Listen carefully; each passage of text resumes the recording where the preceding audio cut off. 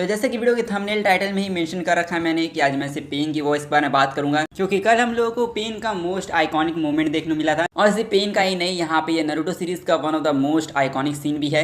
Pen को महसूस करो, पेन को अपनाओ, पेन को जानो। जो पेन को नहीं जानेंगे उन्हें कभी शांति नसीब नहीं होगी। इस दुनिया के हाथों याहिको ने जो पेन झेला है वो मैं भूल नहीं सकता। दुनिया जानेगी पेन क्या होता है। Almighty push.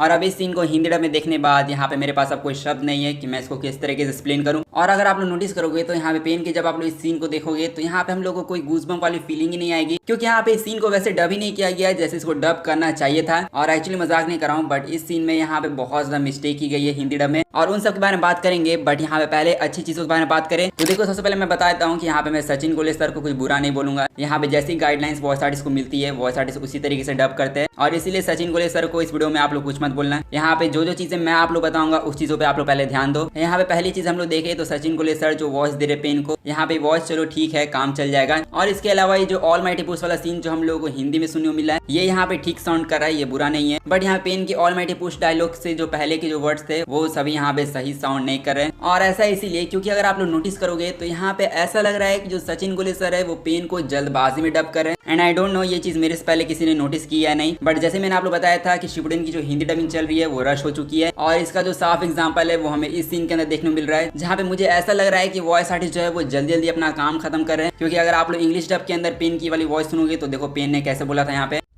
Feel pain, accept pain, and know pain. Those who do not know pain will never understand true peace. I will never forget the pain that Yahiko suffered. This world shall know pain. Almighty push.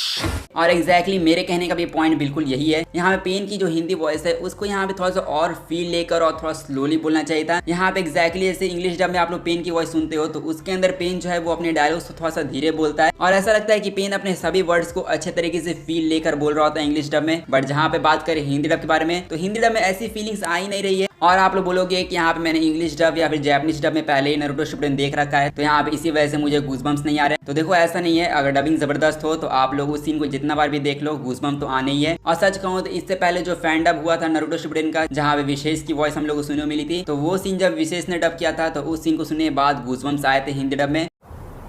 दर्द महसूस करो, दर्द को जानो, दर्द अपना लो। जिन्हें दर्द का एहसास नहीं वो कभी भी सच्ची शांति का अर्थ नहीं समझ सकते। मैं याहिको की भक्ति पीड़ा कभी भुला नहीं सकता। और अब इस दुनिया को दर्द का एहसास होगा। Almighty push.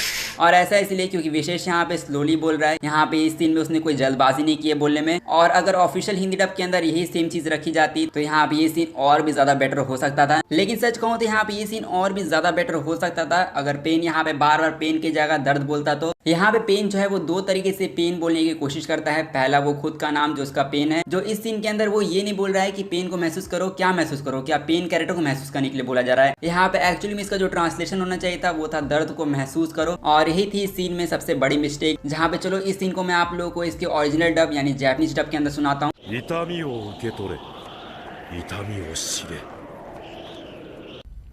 痛みを知らぬ者に本当の平和はわからん。